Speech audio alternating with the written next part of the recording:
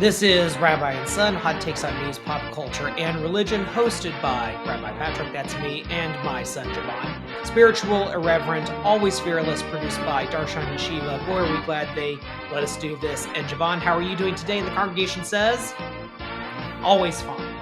All right, here we go. Well, this one's an oldie but a goodie. So this is from a person, this is 3 years old, but this is a person named Venus, Mars, Jupiter. And actually, it's not Venus, Mars, Jupiter. It's Venus, Mars, Jupiter, like not spelled correctly, Jupiter. So am I the A for snapping at my friend after she gets nosy in my religious journey? So I'm going to kind of keep this one short. Basically, this person grew up, with Christianity, but they had like kind of a tragic backstory, like personal backstory. Anyway, fast forward. It turns out I am 68% Hasidic Jewish. Now I'm going to stop that there. That's not what it is. It's Ashkenazi. Like Hasidic is not. Yeah, they got that wrong. But whatever. Anyway, They're learning. Okay. Anyway, with a little more digging, I found out an entire family history that was buried under fear and persecution. Yeah, that's a thing. Fast forward. I really want to convert officially and do everything right. But first, I want to live a year following the Torah as closely as I can with what my life and living situation will allow. So they grew up with a family. Oh, no, I'm sorry. I misread that. So they grew up in a family that was anti-religion. Sorry, I misread that. So they grew up in a family that anti-religion. And they have a lot of friends who are LGBTQ and have religious trauma. And even a few of them think that being LGBTQ and having a relationship with God is counterproductive. I would disagree with that. Okay, fast forward even more. I have one friend who is particularly gossip prone, and she found me lighting my candles and saying the Shabbat prayers last week. I tried to hide it, but as soon as she realized what I was up to, she was so excited that I was praying and started asking me what church I go to because she's the only openly religious friend in the group. I told her that I attend a synagogue, and this is back in the day, so he's doing this on Zoom because of COVID, and that he's trying to, I don't know if it was he or she, I can't remember, or they, but either way, is trying to do it as privately as possible. And so the friend gets upset. She got mad at me for keeping it private from her. Mind you, they're not super close, saying that it's bad to keep secrets between friends, but more importantly, she's hurt I didn't ask her for her opinion on his religious journey. I think it's a guy. I told her what I'm going through is personal, is coming from a very private place. It's nobody else's opinion. There she was standing over me and crying about how hurt she was that she couldn't share her love of God with me because I didn't ask her to help me, even though she's a Christian and I'm practicing Judaism, and how hurt she was by my choice to not be included. After what felt like forever of her sobbing, I snap. I tell her to get out. And her obsession with my journey is weird. And if all she is going to do is stand there and cry about my choices, she can leave. And so she storms out of the room. I feel bad. Am I the A? No. No, because all I this heard is a was, weird one. No, because it's all about her. What you didn't do for her. What you didn't include her in. Right. It's their personal business. You don't have to be all up in somebody's personal business. Clearly, they didn't want you to know about it. If somebody didn't want you to know about it and they hid it from you, that means they didn't want you to know about it because they didn't want you asking about it. Right. And like you're making this a me. It's not about you. Yeah. It's not about you. It's not about you. It's not about your life. It's not about your journey. But as for like, yeah, go ahead. Convert. I don't know why you're hiding it. Like, it's just, there's a weird thing to hide. You really can't hide. Like, just imagine like someone's in your house and like you're living close to Torah, and they're like, getting a meat plate, and they're putting like, dairy on it. You're not gonna. Yeah. You know what I'm saying? That's a pretty hard thing to hide. Yeah. So like, why are you hiding? Like, you're just being like, oh yeah, you can be like, oh, I'm trying this thing out, and if they're your friends, they're gonna be like, oh, great for you. Right. I'm gonna continue to do my own thing. Right. Like, yeah, that's weird. That's a weird thing. That's a weirdly hard thing to hide. It is a weirdly hard thing to hide because it's not like Buddhism or Taoism where they're in America at least where there's like less of a public presentation of those things. Like, I don't know what this person means by living by the Torah. I don't know if this means that like they're practicing Judaism at home, but like not, I guess not publicly because they said keep it private. Yeah, there's just too many opportunities where things are gonna not work out. And why was she in your house? Why are you on a Zoom call? Doing like it's just like the weirdness. Yeah, I mean, we don't Oh, know why they were in their house. I think they were just hanging out or something. yeah, you didn't think like Yeah, are we? This is yeah. I don't know. This is a weird thing to hide. If they were your friends, like you wouldn't hide it from them. yeah, I think you not if it was something important, like something like something like real personal business, right. like that you weren't comfortable sharing with people. But this is like you're trying out something new. This is not needed. Something that needed to be hidden because like point being, it's pretty hard to hide. Well, Like when you actually like get into like all the right, doing and right. like How many all holidays and it's very involved, yeah. very people Why can't you oriented. hang out on the weekends? Exactly. Like, yeah, Like it's hard to. Yeah, this person is.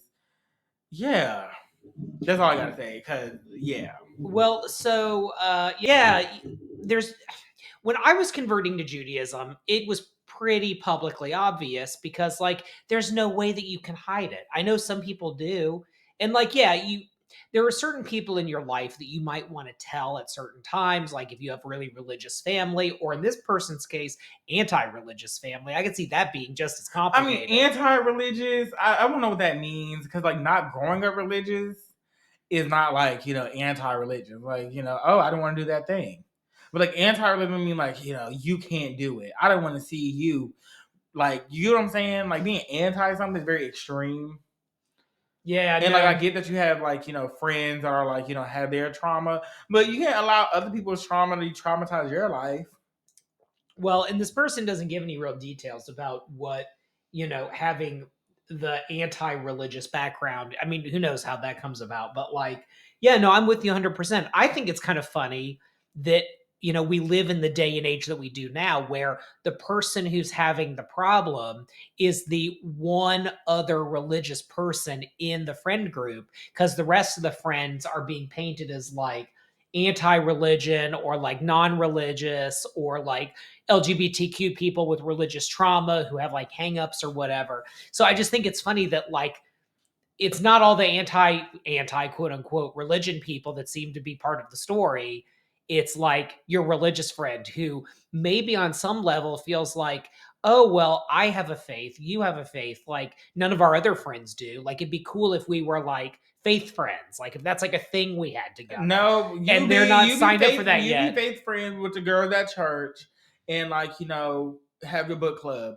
Like no, it's clear he want to tell you for a reason, and it's like but it's still weird. Like if they were your friends. Yeah. Like you're gonna be like, yeah, I'm trying out this, see if I like it, see what's going on. Yeah. And their trauma should not, dictate your choices. Yeah. Because it's like, sorry that happened to you, but like my life continues. Right. And it's not you being like, a bad person, but it's like you can't drag down your life because of somebody else's what somebody else went through.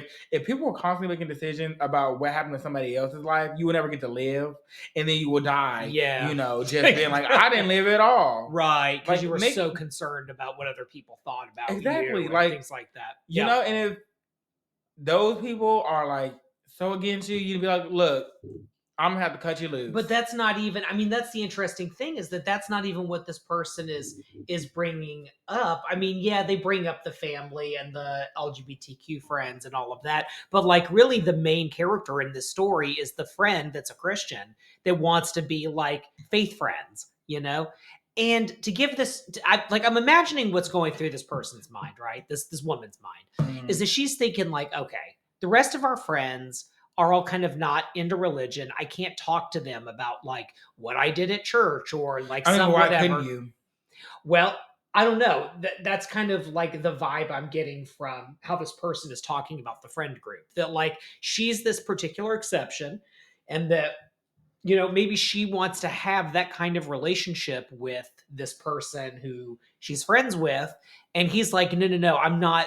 He's basically they're basically saying, I don't know why I say this is a guy. I don't know. This person is saying like, I'm not there. Like, I'm still trying this out. I don't know if this is my identity. They say that like this person says that like they sort of found God but hadn't found religion. And so they're exploring like I have, a God-sized hole in my heart and I'm trying to fill it up and I need community, I need, scripture, I need holidays, I need all the things that like make up part of being that, right? And they're saying like I don't know if that's me yet. I just know there's a calling and I'm exploring it. This is different. The other friend, who's the Christian friend, they found their thing. Like they're there. They're like in a different place. So like kind of trying to like suck that person into, being faith friends together. I can see how problematic that is. I could see why the female friend wants so hard to do that, because she wants a buddy who's the same age, has the same values, and is doing something that in her mind is the same. But it's not. This person's in a different place. Yeah, I mean the worst part. Different places, different religions. Yeah, like I'm gonna say completely. Yeah, I'm saying completely. They're completely different. Yeah, because being Jewish is more involved. You've seen other religions and you're just like, no, this requires a lot of me just as a person living in this household. A lot of holidays, a lot of conversing with people. It's true, but everyone loves hanging out with you. So yeah, because I'm me. Yeah, like, you're a schmooze. You know how to do it. Yeah, but still, point being, like, a very involved situation going on, and like him trying to hide that is, I don't know, I just find it weird that he hid it from the beginning. Well, the friend has main character syndrome. It's the people that keep making someone else's Judaism sort of their, I don't know, issue or their story or whatever, right? Like, yeah, I mean, I don't know what's going on with humanity that people feel like they're allowed to do that. Yeah, you try to talk to her. Clearly, she wasn't getting it. She cried. Don't let people's tears, like, stop you from digging your heels in. Tears, people are very performative. Yeah. And like there's a lot of that, it seems. Crying is just like, why are you a grown woman crying about someone else's journey that doesn't involve you? It seems like you want to cry as a manipulation tactic. Yeah. Like, don't be manipulated by tears. Be a concerned friend, but don't allow yourself to get manipulated. I mean, if you're looking at somebody crying because they said me, yeah, that's not different. What you got going on, right? Then they're crying to how to manipulate you, and then you just have to walk away. Yeah.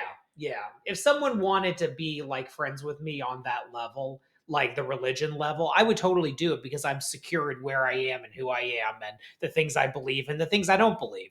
But yeah, no, that's a lot. Yeah, you know what I've learned from this experience, Javon? Like all these Reddit, am I the A's? Mm-hmm. People have really messed up relationships. Yeah, just in general. Better friends, people. Like, because this is just find better friends and know your boundaries. Yep, that's good. That's good advice. Every good relationship has boundaries. Exactly. All of them. Yep. Hope you're liking this. Please join us on Substack.